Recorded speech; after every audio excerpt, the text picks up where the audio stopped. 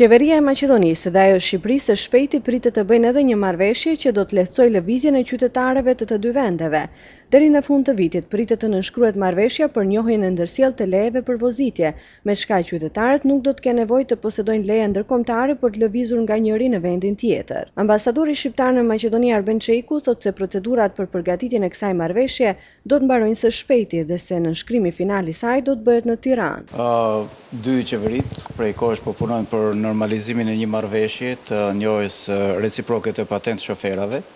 dhe tashmë jemi informuar se qeveria e Maqedonisë ka kaluar në procedurë këtë marrëveshje dhe njëkohësisht nga ana e Shqipërisë janë parë edhe amendamentet e fundit që kanë të bëjnë me çështjet teknike të kësaj marrëveshje dhe ne besojmë që në një periudhë të shkurtër disa javore kjo marrëveshje do të nënshkruhet dhe besojmë që marrëveshja do të nënshkruhet në Tiranë dhe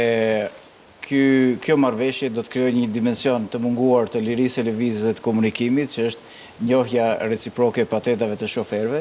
dhe prej nënshkrimit të asaj marrëveshje tutje, prej hyrjes së saj në fuqi, shoferët e të dy anëve të kufirit në Maqedoni dhe në Shqipëri nuk do të kenë nevojë për të patur patent shoferi ekstra, por me patentet e tyre të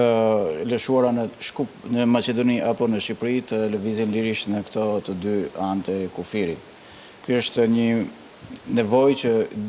kishte prej kohësh që qëndronte pengi disa teknikaliteteve